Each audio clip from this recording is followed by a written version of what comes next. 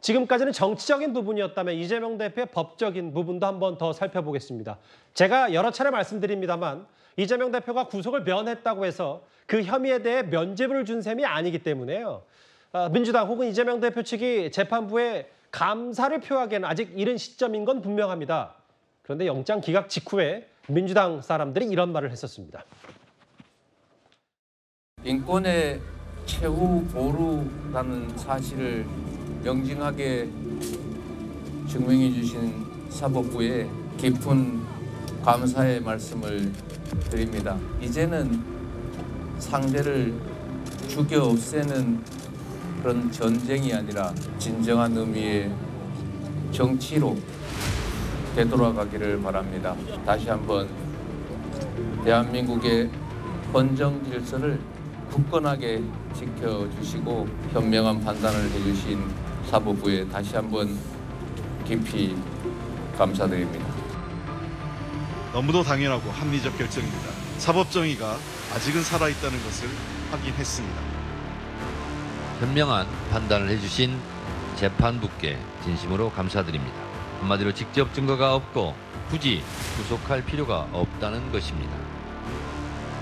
한동훈 법무부 장관님 귀하가 국민의 대표 앞에서 그렇게 짜증스럽게 떠들던 이재명 대표 구속의 필요성은 정당하지 않다고 합니다. 인권의 최후 보루 역할을 흔들리지 않고 해주신 사법부에 감사드립니다. 구속영장이 기각되자마자 민주당 최고위원들이 사법정의 살아있다, 재판부에 진심으로 감사드린다. 저 메시지 지금 상황에서는 좀 어떻게 받아들이셨어요? 너무 이게 섣부르게 마치 뭐 대법원에서 무죄 판결을 받은 것처럼 이렇게 지금 이야기하고 있는 건데, 여기서 중요한 게 그 영장 단계하고요, 나중에 최종 유무죄할 때 중요한 차이가 있어요. 영장 단계에서는 범죄 혐의가 소명이 되고 그 다음이 중요합니다. 그 다음이 증거인멸 또는 도주 우려가 있어야 영장이 발부가 되는 거죠. 그런데 나중에 유무죄는요, 범죄 혐의만 증명이 되면 바로 이게 유죄가 되지 않습니까? 따라서 이게 그 영장 단계에서 이번에 이재명 대표도 보세요. 위정교사 혐의가 소명이 된다 했잖아요. 예. 그럼에도 이게 불구하고 증거인멸, 도주 우려 때문에 기각이 된 거 아닙니까? 그러니까 여러 사건들 보면 대표적인 게 조국 사건 1심에서 2년 실형 넣었죠. 영장 기각 후에. 그러면 김경수 지사 드루킹 사건에 영장 기각됐는데 실형 2년 넣었잖아요. 그다음에 안희정 그때 도지사 사건도 마찬가지고, 이런 것들이 전부 보면 증거인멸이나 도주 우려 때문에 영장 기각됐지만, 그렇지만 이게 본안에 가면 범죄만 입증이 되면 유죄가 되거든요. 예. 그래서 통계적으로 보면 우리가 이게 무죄가 나올 확률은 3%대입니다. 3%대. 근데 영장 기각률은 계속 올라갑니다. 요즘 한 20%가 육박합니다. 잠시만요. 아까 자막을 다시 붙어드려야 될 거니까 저 문화일보 보도에 따르면 작년만 기준으로 했을 때 5명 중에 1명만 이제 1명 정도는 영장 기각이 된 거고. 예. 그런데 무죄 비율은 100명 중에 3명에 불과하니까 이 무죄를 받을 수 있는 이재명 대표로서 만약에 저희 대입해 본다면 무죄를 받을 수 있는 터널이 더 높다 이렇게 말씀하시는 거죠? 그렇죠. 영장 기각은 20% 가까이 되니까 기각은 돼도 최종적으로 무죄 확률은 3.4% 아닙니까? 따라서는 지금 이게 영장이 기각돼서 마치 이게 완전히 무죄 다 받은 것처럼 민주당 의원들이 주장하는 거, 이건 정말 이게 잘못된 주장이다. 이래 봅니다.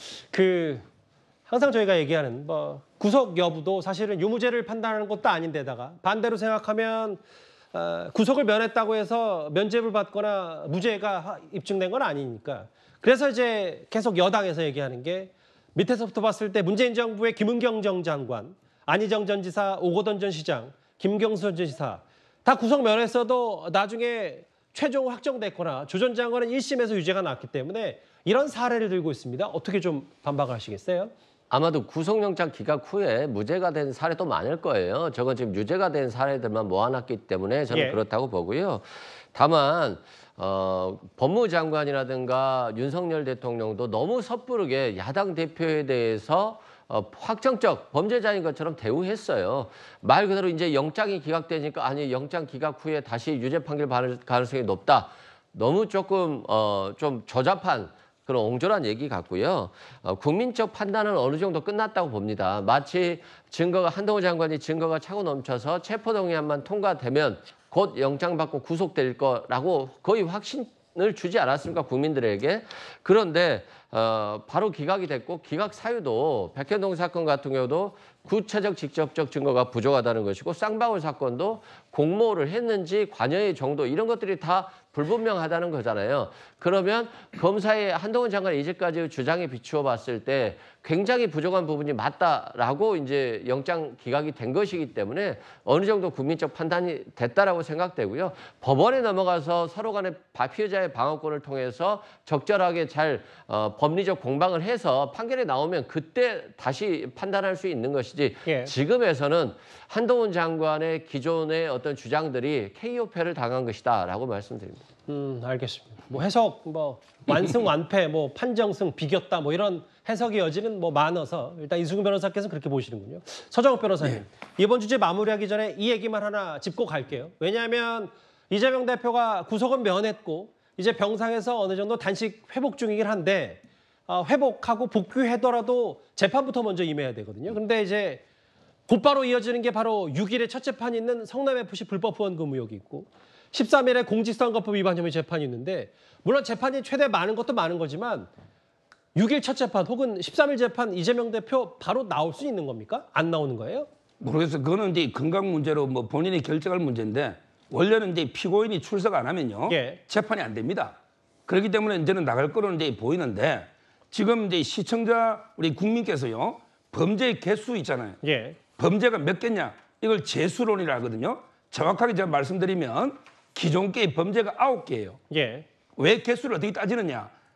대장동은 이제 2개입니다. 배임죄하고요. 예. 그다음에 이해충돌 방지 2개는 별개의 죄예요.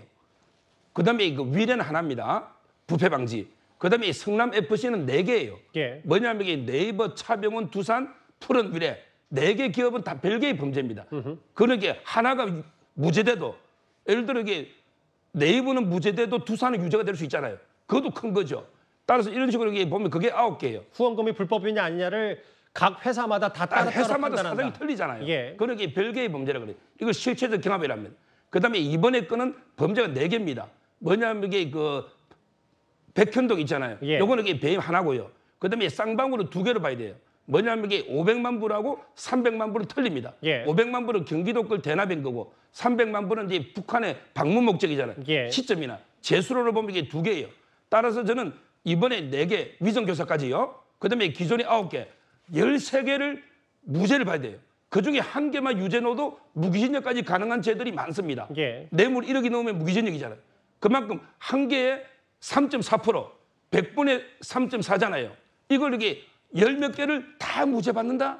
저는 이게 불가능하다 봅니다. 한번 보시면 알겠죠. 그러니까 숫자상으로 봤을 때 숫자상, 14개. 산술적이긴 한데 이제 무죄 받을 확률이 100분의 3이라고 쳤을 때 100분의 3에 말씀하셨던 10몇 개의 유죄를 다 14개를 곱하면 확률은 지극히 엄청 낮은다. 이제 이재명 대표가 다 무죄를 받는 그 말씀하신 거잖아요. 하나만 이게 유죄가 넣어도 무기징역까지 가능한 뇌물들. 예. 이런 게 성남FC가 다 뇌물 아닙니까? 내 건이. 예. 이런 게 많다는 거죠. 그러니까 이건 확률상이니까 이제 어느 정도 가늠할 수 있는 부분인데 이승훈 변호사님께도 이승훈 변호사 잠깐 반론을 드려야 될 게 반론까지는 아니지만 이 대표가 6일에 물론 지금 아까 SNS 영상 보니까 몸 상태가 많이 회복이 된 것 같은데 재판에 나온답니까? 아니면 왜냐하면 또 재판이 미뤄지면 또 미뤄지는 대로 이것도 이재명 대표의 재판 리스크 본인이 계속 스스로 늦추면서 이 사법 리스크 총선 뒤로 계속 미루려고 하는 거 아니냐라는 여당의 비판도 있기 때문에 어떻게 저희가 판단할까요?